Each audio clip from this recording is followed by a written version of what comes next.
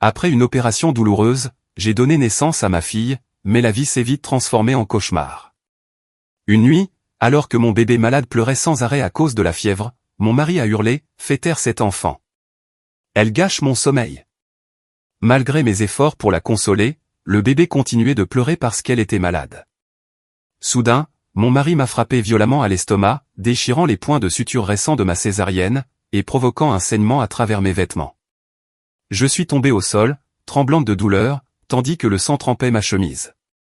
Ma belle-mère, qui séjournait chez nous, a ajouté « Peut-être que maintenant, tu apprendras à contrôler cette sale gosse. » Ma belle-sœur m'a donné des coups de pied alors que j'étais à terre.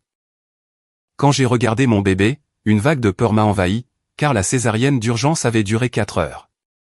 Des complications avec mon placenta signifiaient que l'équipe chirurgicale avait dû travailler avec soin, méticuleusement, alors que je restais là, allongé, à me demander si je survivrais pour rencontrer ma fille. Quand ils l'ont finalement placée dans mes bras, ses minuscules doigts enveloppant les miens, j'ai senti quelque chose changer dans mon univers. Cette créature parfaite dépendait entièrement de moi. La convalescence a été brutale. L'incision s'étendait sur le bas de mon abdomen, maintenue par des agrafes qui tiraient sur ma peau à chaque mouvement. Marcher jusqu'à la salle de bain nécessitait de l'aide. Tousser me donnait l'impression que mes entrailles allaient s'ouvrir. Les infirmières m'avaient prévenu du processus de guérison, mais rien ne m'avait préparé à la réalité de devoir m'occuper d'un nouveau-né alors que mon corps réclamait du repos. 3 avaient semblé me soutenir pendant ma grossesse. Nous étions mariés depuis 3 ans, et ce bébé représentait notre avenir ensemble. Sa mère, Patricia, était venue d'Arizona pour aider pendant ses premières semaines. Sa sœur, Denise, habitait à proximité et avait promis de nous rendre visite régulièrement. Je pensais qu'avoir de la famille autour de moi faciliterait la transition vers la maternité. La première semaine à la maison, après l'hôpital, s'est passée dans un flou de changements de couches, d'horaires de repas et de tentatives désespérées pour dormir. Mia avait des coliques, son petit corps tourmenté par un inconfort qui la faisait pleurer pendant des heures.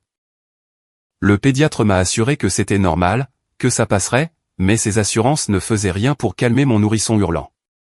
À 3 heures du matin, le 5e jour, 3 a commencé à dormir dans la chambre d'amis. Il prétendait avoir besoin de repos pour le travail, affirmant que son poste dans l'entreprise de construction exigeait qu'il soit alerte. Patricia a hoché la tête avec approbation lorsqu'il a annoncé cet arrangement, comme s'il était parfaitement raisonnable pour un nouveau père de prioriser son sommeil plutôt que d'aider sa femme à se remettre d'une opération majeure. Denise nous a rendu visite cette première semaine, un sourire narquois sur le visage. Elle me regardait lutter pour soulever Mia du berceau, ma main pressée contre mon incision, et ne faisait aucun geste pour m'aider. Au lieu de cela, elle faisait des commentaires sur mon air fatigué, sur la maison qui n'était pas aussi propre qu'elle le devrait, ou sur les taches de lait maternel sur ma chemise.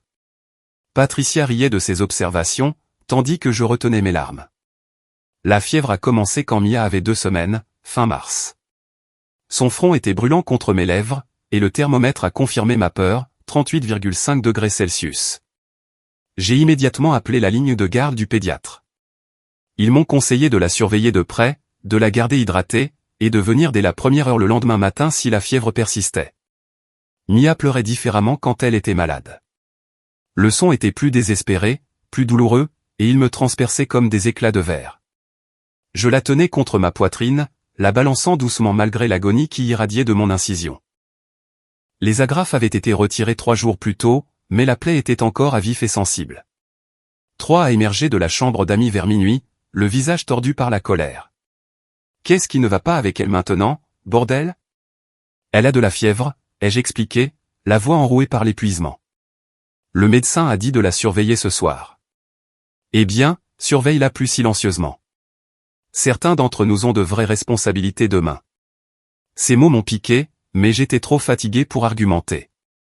J'ai continué à bercer Mia, chantant doucement, essayant tout pour l'apaiser.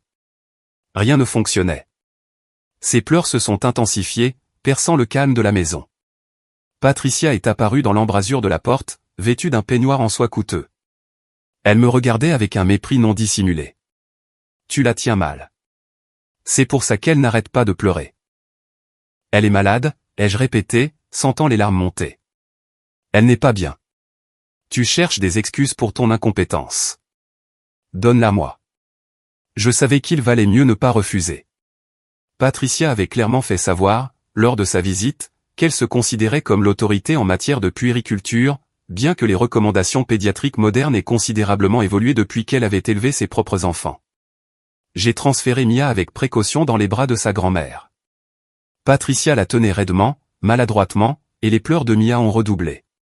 Après 30 secondes, elle m'a rendu le bébé brusquement. Tu vois, elle est déjà gâtée. Tu la portes trop, tu en fais une enfant dépendante.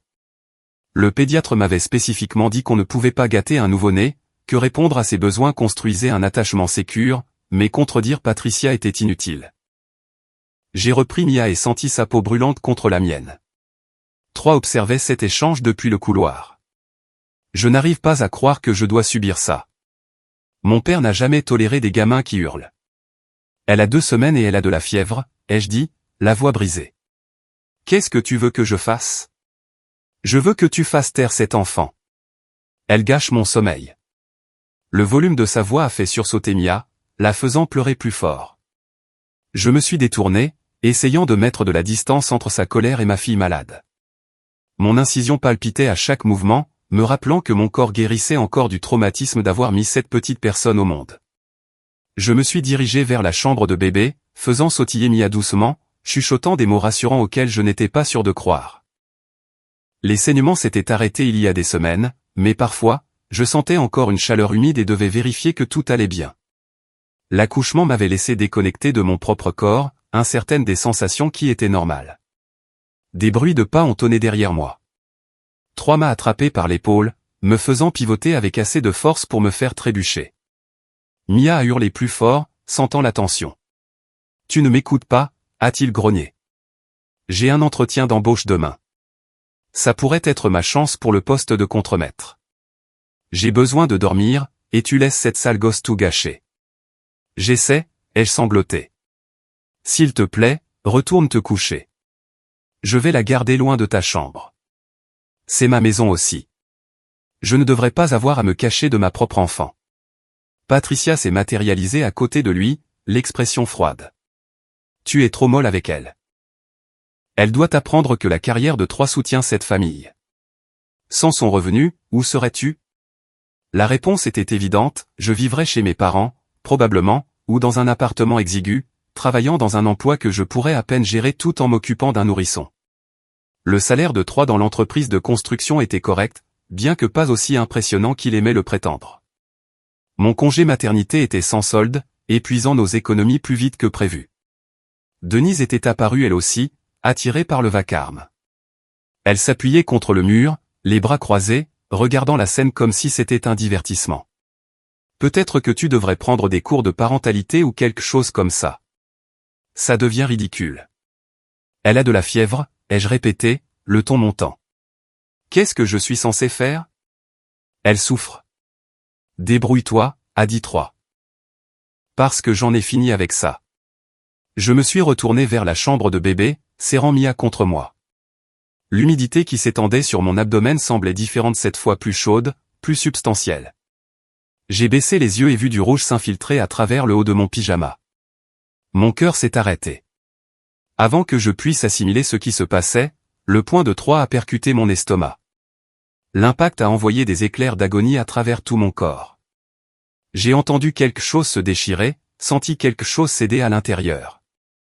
Le monde a basculé alors que je tombais, ma seule pensée étant de protéger Mia de l'impact avec le sol.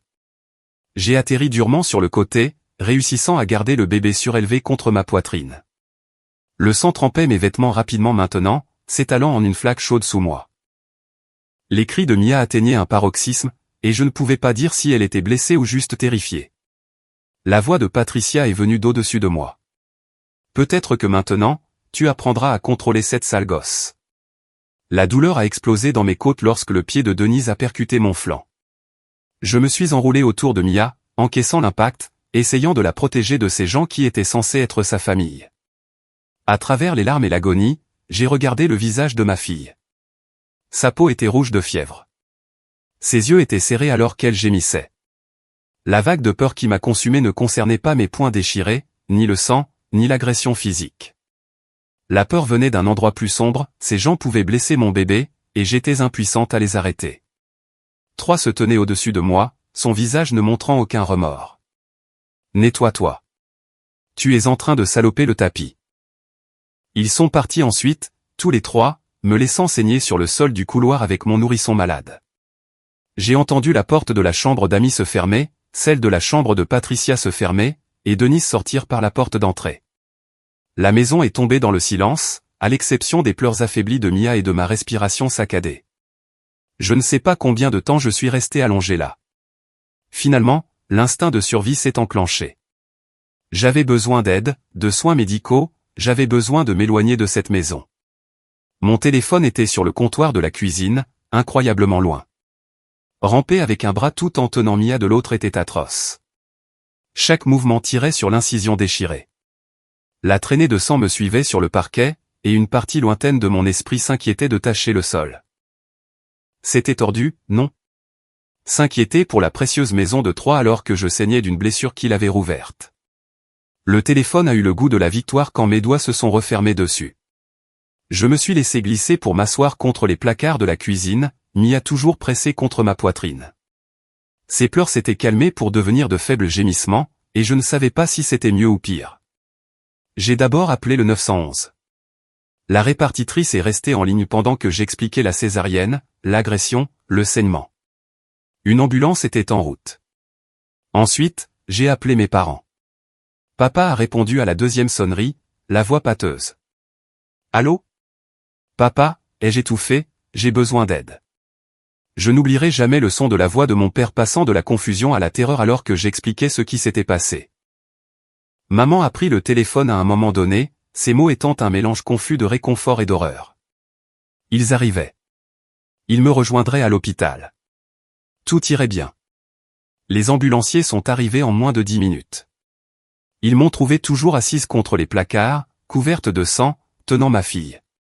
L'un d'eux a pris Mia tandis que l'autre examinait mon abdomen. J'ai entendu des phrases comme « suture rompue » et « perte de sang importante », ce qui rendait la situation irréelle. Troyes a émergé de la chambre d'Amy alors qu'il me chargeait sur la civière. Il a regardé la scène avec une confusion apparente, comme s'il avait oublié ce qu'il avait fait. Qu'est-ce qui se passe? Votre femme a besoin d'une chirurgie d'urgence, a dit l'un des ambulanciers d'un ton neutre. Nous la transportons maintenant. Une chirurgie? Elle vient d'avoir une opération il y a 2 semaines. La mâchoire de l'ambulancier s'est serrée. Oui. Et quelqu'un a rouvert son incision. La police vous contactera. J'ai vu la peur passer sur le visage de Troyes à ce moment-là. Pas de l'inquiétude pour moi ou Mia, la peur des conséquences pour lui-même. Patricia est apparue derrière lui, l'expression calculatrice. Ils ont échangé un regard qui me disait qu'ils préparaient déjà leur défense. L'hôpital était le même que celui où j'avais accouché. Certaines infirmières m'ont reconnu alors qu'on me précipitait aux urgences. L'une d'elles m'a tenu la main pendant qu'il posait une voix intraveineuse, les yeux pleins de compassion. « Tu es en sécurité maintenant, ma chérie. On s'occupe de toi. » L'équipe pédiatrique a emmené Mia pour examiner sa fièvre pendant que l'équipe chirurgicale me préparait pour le bloc opératoire. Mes parents ont fait irruption par les portes juste avant qu'on ne m'emmène. Maman pleurait, et papa avait l'air prêt à commettre un meurtre. « Nous portons plainte », m'a dit papa fermement. « Toi et Mia, vous rentrez à la maison avec nous après ça. Tu en as fini avec cette maison. » J'ai hoché la tête, trop épuisé pour discuter. L'anesthésiste m'a administré quelque chose qui a rendu le monde flou. Ma dernière pensée consciente a été le soulagement de savoir ma fille loin de la colère de Troyes. Quand je me suis réveillé en salle de réveil, la douleur était différente d'avant, plus localisée, plus clinique. Le chirurgien est venu me parler une fois que j'étais assez cohérente pour comprendre. Le docteur Lawson était une femme dans la cinquantaine, aux yeux bienveillants et aux mains sûres. Nous avons dû aller plus profond que prévu, a-t-elle expliqué en tirant une chaise près de mon lit. Le coup de poing initial a provoqué la déchirure des sutures externes, mais il y avait aussi des dommages à la couche de fascia en dessous. Nous avons tout renforcé avec des sutures résorbables qui devraient bien mieux tenir. Vous devrez être extrêmement prudente pendant la convalescence cette fois-ci. Combien de temps, ai-je demandé, la voix à peine au-dessus d'un murmure. Rétablissement complet? Probablement 3 à 4 mois avant que vous ne vous sentiez à nouveau normal. Ne soulevez rien de plus lourd que votre bébé pendant au moins 6 semaines. pas de conduite pendant 2 semaines minimum. Et je veux que vous me promettiez quelque chose. J'ai attendu, sachant ce qui allait suivre. Vous ne retournez pas dans cette maison. Quoi qu'il se soit passé là-bas, cela ne peut plus se reproduire. Vous avez failli mourir ce soir d'une perte de sang. 1 heure de plus sans traitement, et nous aurions peut-être une conversation très différente. Les larmes coulaient sur mon visage. Je n'y retourne pas. Mes parents nous accueillent. Elle a serré ma main doucement. Bien. Vous avez une belle fille qui a besoin de sa mère vivante et en bonne santé. Ils m'ont transféré dans une chambre privée une fois mes signes vitaux stabilisés. Mia était déjà là, dans un berceau d'hôpital, dormant paisiblement après avoir reçu sa première dose d'antibiotiques. Une infirmière l'avait changée pour lui mettre une minuscule blouse d'hôpital décorée d'ours en peluche. Elle avait l'air si petite, si vulnérable, et la fureur m'a brûlé à la pensée de la violence de 3 se produisant alors que je la tenais. Mes parents sont restés toute la nuit. Maman somnolait dans le fauteuil inclinable tandis que papa montait la garde depuis une chaise au dossier droit près de la porte. Chaque fois qu'une infirmière entrait, il l'étudiait attentivement, comme pour évaluer si elle représentait une menace. Son instinct protecteur était passé à la vitesse supérieure. Vers 3 heures du matin, un officier de police est arrivé pour prendre ma déposition officielle. L'officier Janet Morrison était une vétéran de l'unité de violence domestique, et sa présence a rendu tout cela plus réel. Ce n'était plus juste une dispute familiale, c'était une enquête criminelle. Elle a enregistré ma déclaration sur un appareil numérique, s'arrêtant périodiquement pour me laisser me reprendre quand les détails devenaient trop accablants. J'ai décrit la colère croissante de Troy, le coup de poing, la chute en tenant Mia, le commentaire cruel de Patricia, le coup de pied de Denise dans mes côtes. L'expression de l'officier Morrison est restée neutre tout au long, mais ses yeux me disaient qu'elle avait entendu des histoires comme la mienne trop souvent. L'hôpital a recueilli des preuves sur vos vêtements, a-t-elle dit quand j'ai fini. Nous avons également photographié vos blessures et obtenu des copies de vos dossiers médicaux. Le procureur examinera tout et décidera des charges formelles. D'après ce que vous m'avez dit et les preuves matérielles, je m'attends à ce que votre mari soit arrêté aujourd'hui. Et s'il essaie de venir ici? La question me hantait depuis que j'avais repris connaissance. Il y a déjà une alerte dans le système hospitalier basée sur le rapport d'agression. La sécurité sera notifiée immédiatement s'il tente d'entrer dans le bâtiment. Je vais également recommander une ordonnance de protection d'urgence, ce qui signifie qu'il ne pourra pas vous contacter ni s'approcher à moins de 150 mètres de vous ou de votre fille. C'est temporaire, cela dure généralement environ 2 semaines jusqu'à ce que nous puissions obtenir une audience au tribunal pour une ordonnance permanente.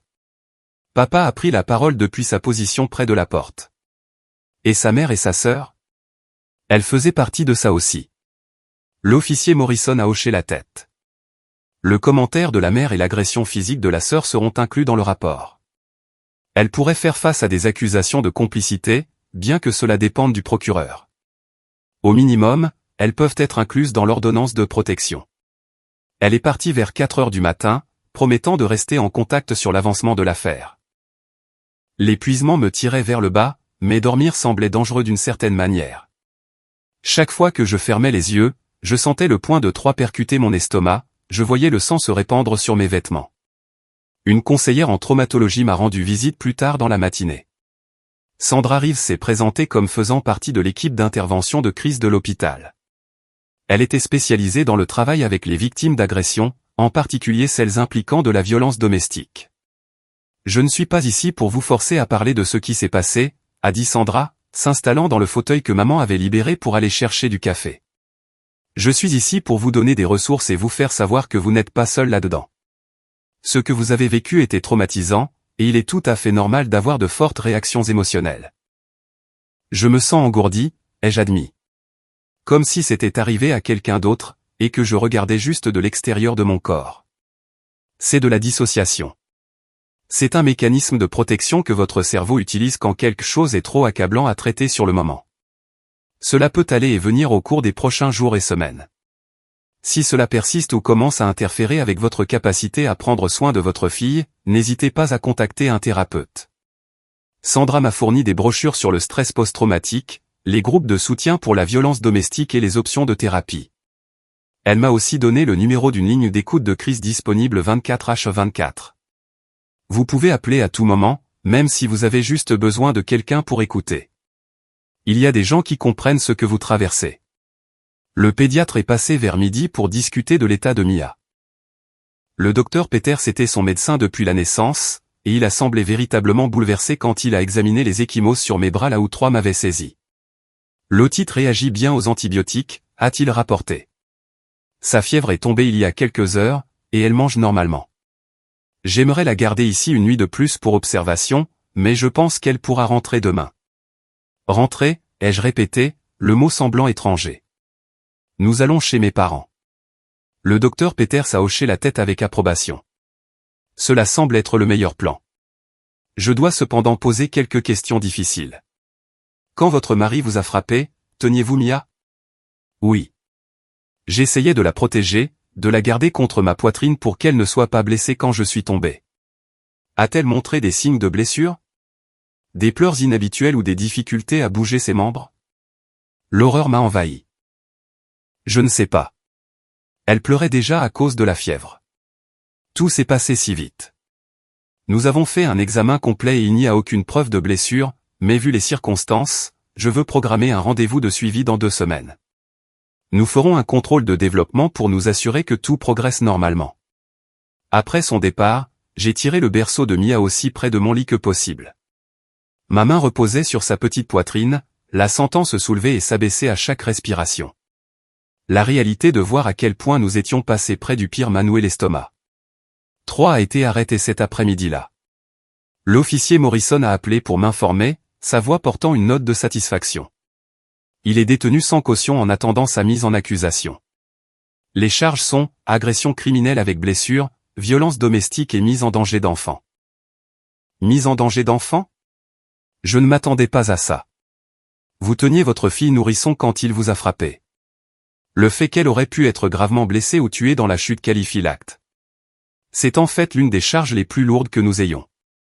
Patricia a appelé mon téléphone 17 fois ce jour-là. Je n'ai pas répondu. Elle a laissé des messages vocaux de plus en plus frénétiques exigeant que je retire ma plainte, insistant sur le fait que Troy n'avait pas voulu me faire de mal, prétendant que je détruisais leur famille. Maman a écouté l'un des messages et son visage est devenu pâle. Cette femme délire, a dit maman en effaçant les messages. Elle a regardé son fils t'attaquer et n'a rien fait pour l'arrêter. Maintenant, elle veut que tu le protèges des conséquences. Une avocate en droit de la famille, nommée Margaret Walsh, m'a rendu visite ce soir-là. Elle m'avait été recommandée par l'assistante sociale de l'hôpital et se spécialisait dans la représentation des victimes de violences domestiques dans les affaires de garde et de divorce. J'ai examiné le rapport de police, a dit Margaret, sa mallette ouverte sur la table près de mon lit. Vous avez un dossier extrêmement solide pour la garde exclusive. L'agression, combinée à l'implication de la famille de votre mari, crée un argument convaincant selon lequel tout contact avec lui pose un danger pour votre enfant. C'est son père, cependant. Un juge ne pensera-t-il pas qu'elle devrait avoir une relation avec lui? L'expression de Margaret était ferme. Pas au détriment de sa sécurité ou de la vôtre. Nous demanderons d'abord une ordonnance de garde d'urgence, vous donnant la garde physique et légale exclusive. Ensuite, nous demanderons le divorce et rendrons l'arrangement de garde permanent. Si Troy veut des droits parentaux, il devra prouver qu'il n'est plus un danger, ce qui sera presque impossible compte tenu de ses charges criminelles. Nous avons passé 1 heure à passer en revue la stratégie juridique. Margaret a expliqué le processus pour obtenir une ordonnance de protection, demander le divorce et gérer les biens communs comme la maison. Mon cerveau avait du mal à absorber toutes les informations, mais maman prenait des notes détaillées. Et pour l'argent? Ai-je demandé. Je suis en congé maternité sans solde. Je ne peux pas me permettre une longue bataille juridique. Il y a des ressources disponibles. Des subventions pour les victimes de violences domestiques, des services pro bono via l'association du barreau de l'État. Nous trouverons une solution. Votre priorité en ce moment est de guérir et de garder votre fille en sécurité. Denis s'est présenté à l'hôpital le lendemain matin. La sécurité l'a arrêté dans le hall quand elle a essayé de venir dans ma chambre. Papa est descendu pour lui parler, et je pouvais entendre des éclats de voix à travers le téléphone quand il m'a appelé pour me dire ce qui s'était passé. Elle prétend que tu as provoqué Troy, que tu l'as attaqué en premier, a dit papa, la voix serrée par la colère. Je lui ai dit que les caméras de sécurité prouveraient le contraire et qu'elle serait accusée de complicité pour t'avoir donné des coups de pied. Elle est partie après avoir menacé de te poursuivre pour diffamation. Peut-elle faire ça? Laisse-la essayer. N'importe quel avocat de l'État la ferait sortir de son bureau en riant une fois qu'il aurait vu les preuves. Mia et moi sommes sortis de l'hôpital l'après-midi suivant. L'hôpital a organisé un transport en fauteuil roulant jusqu'à la voiture de mes parents, avec des instructions strictes concernant mes restrictions de mouvement. Maman avait installé un siège auto pour bébé ce matin-là, et papa portait un sac rempli d'analgésiques, de fournitures pour les soins de la plaie et d'informations pour les rendez-vous de suivi. Le trajet jusqu'à leur maison semblait irréel. Je regardais les rues familières défiler par la fenêtre, pensant à quel point tout semblait différent maintenant. Il y a 3 jours, j'étais marié, vivant dans une maison que j'avais aidé à décorer, planifiant un avenir avec quelqu'un que je pensais connaître. Maintenant, je retournais dans ma maison d'enfance en tant que mère célibataire avec une affaire criminelle en cours contre mon mari. Maman avait transformé mon ancienne chambre en un espace adapté pour Mia et moi. Mon lit double était positionné contre un mur, avec une table allongée et un berceau installé à proximité. Elle avait même accroché des rideaux occultants pour aider aux heures de sieste. Je sais que ce n'est pas grand-chose, a dit maman, hésitant nerveusement alors que papa m'aidait à m'installer sur le lit. Mais on va s'arranger.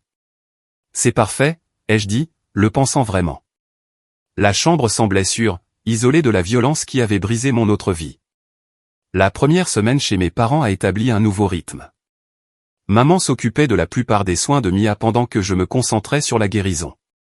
Papa a installé un babyphone et un verrou sur la porte de ma chambre à ma demande. Le verrou a fait protester maman, disant que j'étais en sécurité ici, mais papa a compris.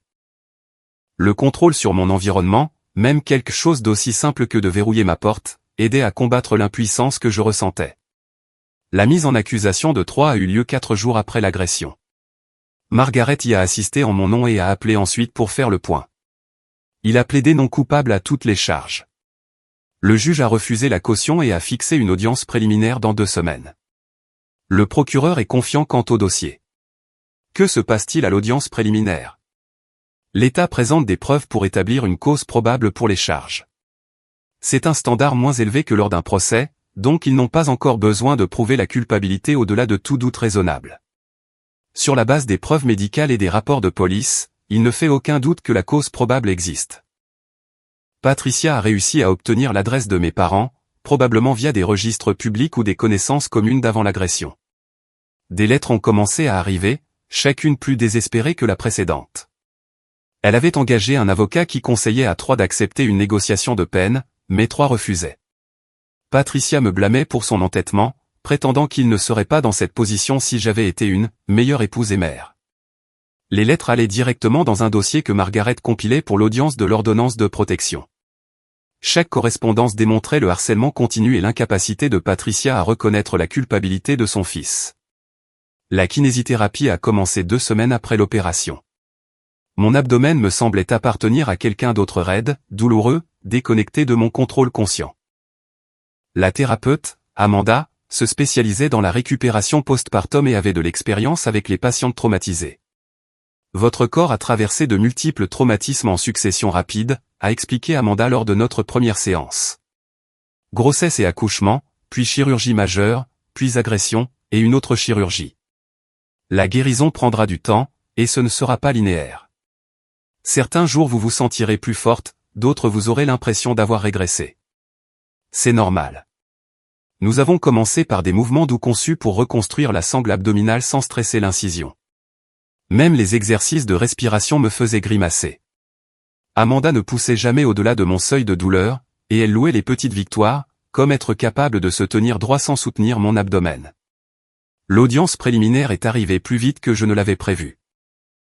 Margaret m'avait prévenu que je pourrais avoir besoin de témoigner, mais les preuves médicales se sont avérées suffisantes. Le juge a trouvé une cause probable pour toutes les charges et a programmé le procès de Troy pour 5 mois plus tard. L'avocat de Troy a approché Margaret après l'audience avec une offre de plaidoyer. Troy plaiderait coupable d'agression simple en échange d'une probation et de cours de gestion de la colère. Pas de prison, pas de condamnation pour crime, félonie. Margaret m'a appelé immédiatement. Qu'est-ce que vous voulez faire? La colère qui a déferlé en moi était plus nette que tout ce que j'avais ressenti depuis des semaines. Pas d'accord. Il a failli me tuer, ainsi que sa propre fille. Il ne peut pas s'en tirer comme s'il s'agissait d'une erreur mineure. J'espérais que vous diriez ça. Le procureur est d'accord. Ils vont de l'avant avec toutes les charges. La procédure de divorce a commencé simultanément avec l'affaire criminelle.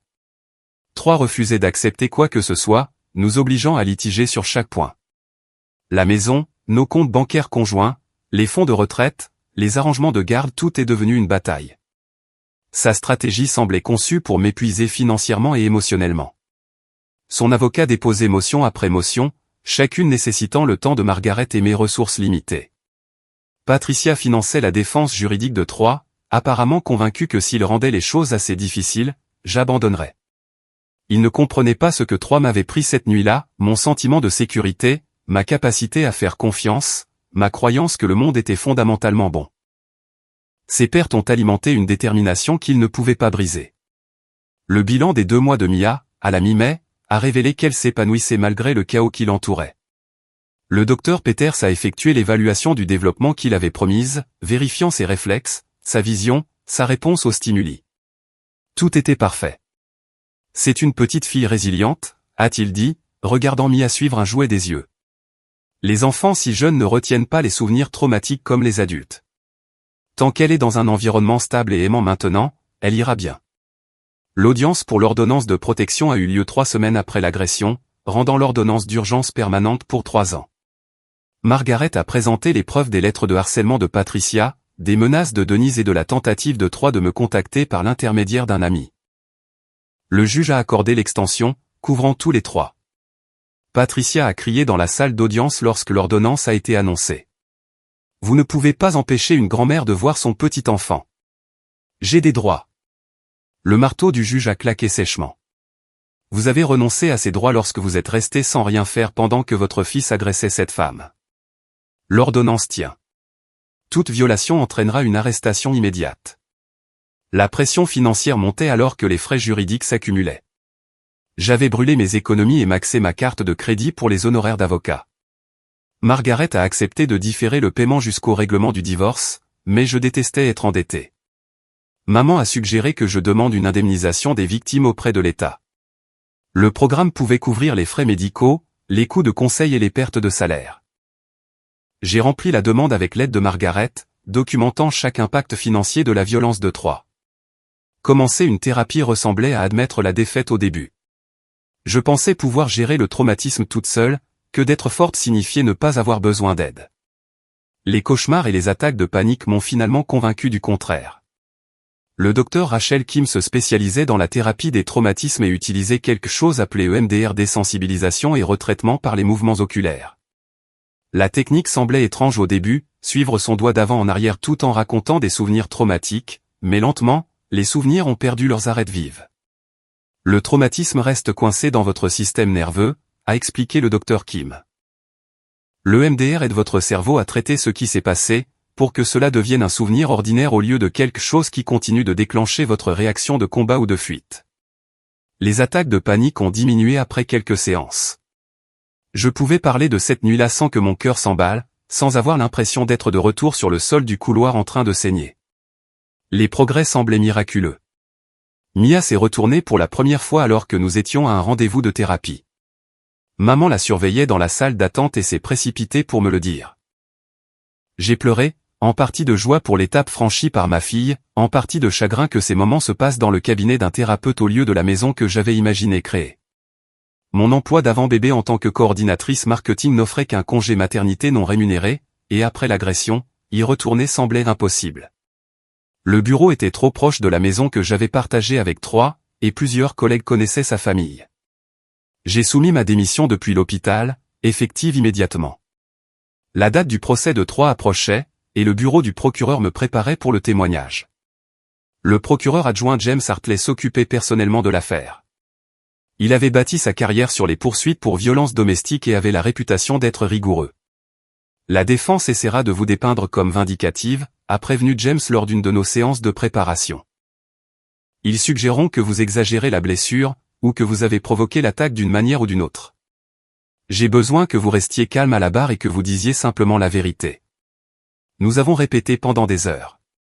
James jouait le rôle de l'avocat de la défense de Troy, posant des questions hostiles conçues pour me déstabiliser. Combien avais-je bu ce soir-là? Avais-je pris des médicaments qui pourraient affecter mon jugement? N'était-il pas vrai que je luttais contre une dépression postpartum? Les insinuations me rendaient furieuse, mais James insistait sur le fait que la préparation était nécessaire. Le vrai témoignage sera pire. Son avocat s'en prendra à vous durement parce que les preuves médicales sont accablantes. Leur seul espoir est de détruire votre crédibilité. La semaine précédant le procès, l'avocat de Troy a fait une dernière offre de plaidoyer, plaidé coupable d'agression aggravée avec une peine recommandée de 2 ans. Le procureur l'a rejeté sans me consulter. James a appelé pour expliquer son raisonnement. 2 ans, ce n'est pas assez pour ce qu'il a fait. Nous avons un dossier en béton. Les dossiers médicaux, les photographies, le témoignage des ambulanciers, tout soutient votre récit. Un jury le condamnera sur tous les chefs d'accusation et il fera face à beaucoup plus de temps. Et s'ils ne le font pas? La question m'empêchait de dormir la nuit. Et si d'une manière ou d'une autre, il s'en sortait? Il ne s'en sortira pas, croyez-moi, je fais ça depuis 15 ans, et je n'ai jamais eu de dossier plus solide. Le procès a duré 5 jours. J'ai témoigné le 2e jour, prenant la barre dans une robe conservatrice que Margaret m'avait aidé à choisir. Troy était assis à la table de la défense dans un costume que je n'avais jamais vu auparavant, probablement acheté par Patricia spécifiquement pour le procès. Le regarder semblait irréel. Cet homme avait été mon mari. Je l'avais aimé autrefois, je lui avais confié mon avenir, j'avais choisi de faire un enfant avec lui. La personne qui me fixait en retour était un étranger. James m'a guidé méthodiquement à travers mon témoignage. J'ai décrit la nuit de l'agression. Que se passait-il avant que Troy n'entre dans le couloir? Qu'a-t-il dit? Qu'a-t-il fait? Où exactement son poing a-t-il frappé? J'ai gardé ma voix stable, racontant les faits sans émotion. Quand James m'a demandé de soulever ma chemise pour montrer ma cicatrice au jury, j'ai hésité. La salle d'audience semblait trop publique, trop exposée. Mais je l'ai fait, révélant la ligne rouge en colère qui coupait le bas de mon abdomen en 2. Plusieurs jurés ont détourné le regard. Une femme plus âgée a pressé sa main sur sa bouche. L'avocat de Troy, un homme nommé Clifford Barnes, m'a contre-interrogé agressivement. Il a suggéré que j'avais été une mère négligente, laissant mon bébé pleurer pendant des heures sans répondre correctement à ses besoins. Il a laissé entendre que ma relation avec Troy était instable avant l'agression, que je cherchais une excuse pour partir. N'est-il pas vrai que vous vouliez sortir du mariage, a demandé Clifford, son ton suggérant qu'il avait découvert un secret accablant. Non, je voulais m'occuper de ma fille malade et me remettre d'une opération majeure. Mais vous avez demandé le divorce immédiatement après l'incident. Après que mon mari m'a frappé assez fort pour nécessiter une chirurgie d'urgence? Oui, j'ai demandé le divorce. Les questions ont continué pendant 2 heures. Clifford a essayé tous les angles, suggérant que j'avais exagéré la force du coup, que j'étais tombée toute seule, que les dossiers médicaux étaient d'une manière ou d'une autre peu fiables. James a fait objection fréquemment, et le juge a soutenu la plupart de ses objections. Quand je suis finalement descendu de la barre des témoins, mes jambes tremblaient. Maman et papa étaient dans la galerie, et papa m'a fait un signe de tête encourageant. Margaret m'a serré la main alors que je passais devant la table de la défense où Troy était assis impassiblement. Les ambulanciers qui avaient répondu à l'appel au 911 ont témoigné ensuite. Ils ont décrit m'avoir trouvé sur le sol de la cuisine dans une mare de sang, la traînée menant depuis le couloir, les cris de détresse de Mia. Leur témoignage était clinique mais puissant. Le docteur Lawson, la chirurgienne qui avait réparé mon incision, a expliqué au jury l'étendue des dommages internes.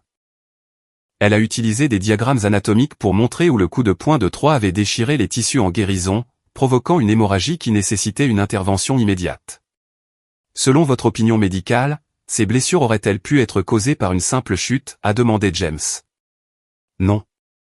La force requise pour déchirer le fascia suturé et le tissu musculaire à ce stade de guérison devrait être concentrée et significative.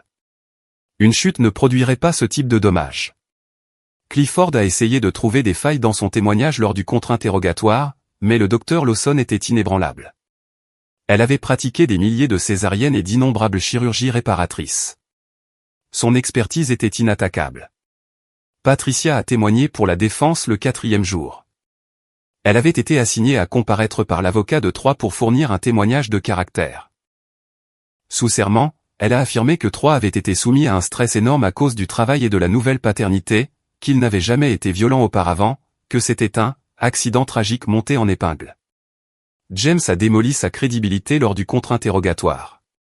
Il a posé des questions sur son commentaire après que Troy m'a frappé, peut-être que maintenant, tu apprendras à contrôler cette sale gosse. Patricia a prétendu qu'elle ne se souvenait pas l'avoir dit, qu'elle avait été confuse et bouleversée. Étiez-vous confuse quand vous avez écrit 12 lettres à ma cliente pour la harceler et la blâmer pour l'arrestation de votre fils? James a produit les lettres que Margaret avait fournies. Laissez-moi lire un extrait de l'une d'elles datée de 3 jours après l'agression. Si tu étais une épouse et une mère convenable, Troy n'aurait pas perdu son sang-froid. Tu l'as provoqué, et maintenant tu détruis notre famille. Le visage de Patricia a rougi. J'étais sous le coup de l'émotion. Mon fils venait d'être arrêté pour avoir failli tuer sa femme. Pourtant, votre lettre suggère qu'elle le méritait. Les expressions du jury pendant le témoignage de Patricia m'ont dit tout ce que j'avais besoin de savoir.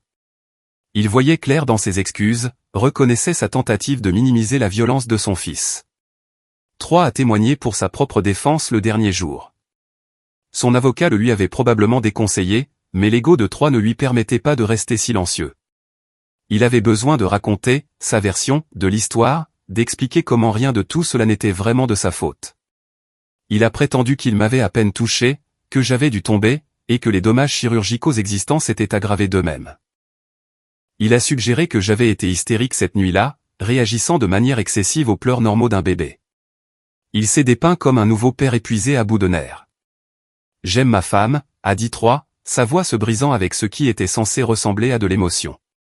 Je ne lui ferai jamais de mal intentionnellement. C'était un accident. Le contre-interrogatoire de James a été chirurgical. Il a fait marcher Troy à travers les contradictions de son histoire, comparant son témoignage aux déclarations qu'il avait faites à la police le soir de l'arrestation. Les incohérences s'empilaient. D'abord, il a prétendu ne m'avoir jamais touché, puis a admis un contact doux, reconnaissant finalement une poussée, mais insistant sur le fait que ce n'était pas violent. Monsieur Davis, vous avez témoigné que vous aimiez votre femme. Est-ce que frapper une femme assez fort pour nécessiter une chirurgie d'urgence est votre façon de démontrer votre amour? Je ne l'ai pas frappée. Alors comment expliquez-vous le schéma d'échymose documenté par les urgences? L'empreinte des jointures sur son abdomen? Troy n'avait pas de réponse. Il a bafouillé, s'est contredit à nouveau, et a finalement prétendu que les médecins avaient du mal à interpréter les preuves. Les plaidoiries finales ont eu lieu le 5e jour. Clifford Barnes a prononcé un discours passionné sur le doute raisonnable, sur la façon dont le traumatisme et le stress pouvaient brouiller les souvenirs, sur le fait que les bonnes personnes commettaient parfois des erreurs dans des moments de pression extrême. La conclusion de James Hartley était plus simple et plus dévastatrice. Il a passé en revue les preuves pièce par pièce, les dossiers médicaux, les photographies, les témoignages d'experts, les déclarations contradictoires de Troy lui-même. Il a demandé au jury d'imaginer leurs propres filles ou sœurs allongées sur un sol en train de saigner tout en tenant un nourrisson. L'accusé veut vous faire croire que c'était un accident, qu'il a à peine touché sa femme. Les preuves racontent une histoire différente. C'était une agression violente sur une femme vulnérable, 2 semaines après l'accouchement. La loi existe pour protéger les personnes comme la victime dans cette affaire. Je vous demande d'appliquer cette loi et de tenir Troy Davis responsable de ses actes. Le jury a délibéré pendant un peu plus de 3 heures. À leur retour, la présidente du jury s'est levée pour lire le verdict, coupable de tous les chefs d'accusation. Agression aggravée, violence domestique, mise en danger d'enfants. Le visage de Troy est devenu blême. Patricia a sangloté bruyamment dans la galerie. J'étais assise entre mes parents, sentant quelque chose se relâcher dans ma poitrine. La justice n'était pas la guérison, mais c'était quelque chose. Une reconnaissance. Une validation. La preuve que ce qui m'était arrivé comptait. Patricia s'est effondrée dans la salle d'audience lorsque la peine a été lue. Denise a hurlé que c'était une erreur judiciaire, que j'avais manipulé tout le monde. La sécurité les a escortés toutes les deux dehors tandis que Troy était menotté et emmené. Il m'a regardé une fois, et j'ai vu quelque chose qui aurait pu être du regret, mais c'était trop peu et trop tard. Le divorce a été finalisé 3 mois plus tard. Troy a renoncé à ses droits parentaux depuis la prison, son avocat l'ayant convaincu que se battre pour la garde ne ferait que prolonger sa peine lorsqu'il deviendrait éligible à la libération conditionnelle. J'ai obtenu la garde légale et physique exclusive de Mia. La maison, qui était à nos deux noms, avait été vendue pendant la procédure de divorce avec l'approbation du tribunal. Après avoir remboursé l'hypothèque, ma moitié du produit m'a donné assez pour un acompte sur un modeste appartement en copropriété. Patricia a essayé de poursuivre pour obtenir des droits de visite des grands-parents. Son avocat a soutenu que Mia méritait de connaître la famille de Troy, que de les couper punissait l'enfant pour les erreurs du père. Mon avocat a présenté des preuves du rôle de Patricia dans l'agression, de son commentaire cruel, de son échec à intervenir, et de son harcèlement ultérieur. Le juge a rejeté sa demande et a étendu l'ordonnance de protection pour inclure elle et Denise. Reconstruire ma vie s'est fait lentement, par petites étapes. J'ai trouvé un emploi dans une agence de marketing qui offrait des horaires flexibles et des options de télétravail.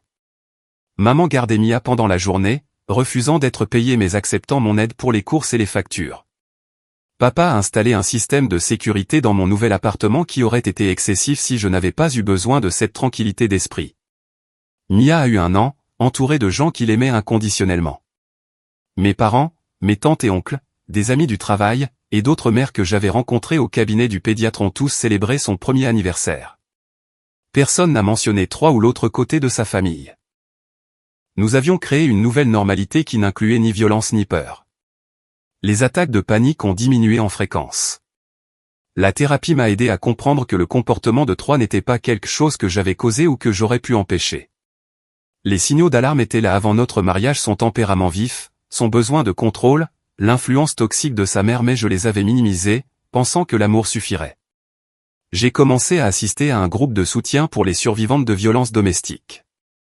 Entendre les histoires d'autres femmes m'a fait me sentir moins seul. Beaucoup d'entre elles avaient vécu des situations similaires, des partenaires qui semblaient bien jusqu'à ce qu'un changement de vie crée du stress, des beaux-parents qui permettaient ou encourageaient les abus, le moment terrifiant où vous réalisez que la personne qui a promis de vous aimer est prête à vous faire du mal. Troy est devenu éligible à la libération conditionnelle après avoir purgé 3 ans. La commission des libérations conditionnelles m'a notifié de son audience, et j'ai soumis une déclaration écrite m'opposant à sa libération anticipée.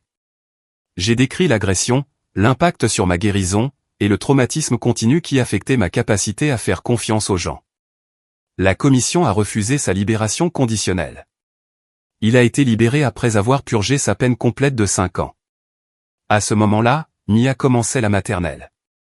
Elle n'avait aucun souvenir de son père, aucune connaissance de cette nuit terrible. Je lui ai raconté des versions de la vérité adaptées à son âge, que son papa avait fait de mauvais choix et ne pouvait pas faire partie de nos vies, que ce n'était pas sa faute, qu'elle était aimée complètement. Troy a tenté de me contacter par l'intermédiaire de son agent de libération conditionnelle, demandant une rencontre pour s'excuser et chercher une forme de conclusion. J'ai refusé. Quelle que soit la conclusion dont il avait besoin, il pouvait la trouver en thérapie, dans des groupes de soutien ou partout ailleurs où les gens ayant commis des crimes contre leur famille allaient pour la rédemption.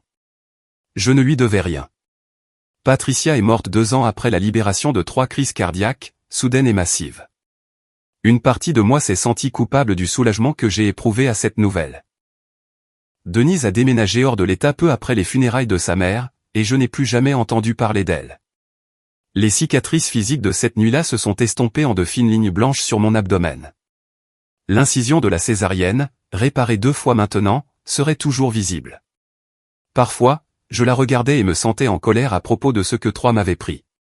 D'autres fois, je la voyais comme la preuve que j'avais survécu, que j'avais protégé ma fille, que j'étais plus forte que la violence qui m'avait été infligée. Mia est devenue une enfant brillante et curieuse qui aimait le football et la science, et qui posait des questions impossibles sur le fonctionnement de l'univers. Elle avait mes cheveux foncés et mes yeux, mais son sourire était entièrement le sien. En la regardant chasser les papillons dans le parc ou se concentrer férocement sur ses devoirs, je me sentais reconnaissante pour chaque choix qui m'avait mené loin de la maison de Troy et vers cette vie. Sortir à nouveau avec quelqu'un semblait impossible au début. L'idée de faire confiance à quelqu'un avec ma vulnérabilité, avec l'accès à ma fille, me terrifiait au-delà du raisonnable. Mais finalement, j'ai rencontré quelqu'un de gentil, quelqu'un de patient, quelqu'un qui comprenait que mon passé m'avait façonné mais ne me définissait pas. Nous avons pris les choses lentement, et pour la première fois depuis des années, j'ai envisagé à quoi pourrait ressembler le bonheur à l'avenir. Troy a tendu la main une dernière fois quand Mia avait 7 ans. Il a envoyé une lettre par l'intermédiaire de son avocat exprimant des remords et demandant s'il pouvait au moins voir une photo de sa fille. J'ai lu la lettre une fois et puis je l'ai jetée. Les remords n'effaçaient pas ce qu'il avait fait. Cela ne me rendait pas les mois de douleur physique ni les années de guérison émotionnelle. Cela n'annulait pas la peur que j'avais ressentie allongée sur le sol du couloir, saignante et impuissante. Mia posait des questions sur son père de temps en temps. Je répondais honnêtement, mais sans détails inutiles. Il m'avait fait du mal, et cela signifiait qu'il ne pouvait pas faire partie de notre famille. Elle acceptait cette explication comme les enfants acceptent la plupart des vérités inconfortables, avec quelques questions suivies de changements rapides de sujet vers des choses plus intéressantes. La vie que j'ai construite pour nous n'était pas parfaite, mais elle était sûre. Elle était paisible. Mia a grandi en sachant qu'elle était désirée et chérie, que sa mère déplacerait des montagnes pour la protéger. Cette nuit de terreur est devenue un souvenir lointain, quelque chose qui était arrivé à une version différente de moi dans ce qui semblait être une autre vie. Parfois, je pensais à ce moment sur le sol, regardant le visage fiévreux de ma fille nourrisson et ressentant une peur accablante. La peur avait été valide. Le danger avait été réel. Mais je nous en avais sortis. J'avais survécu. Je l'avais protégée. C'était ce qui comptait à la fin, que malgré tout, malgré la violence, la trahison et la douleur, j'avais trouvé un moyen de construire quelque chose de meilleur à partir des décombres.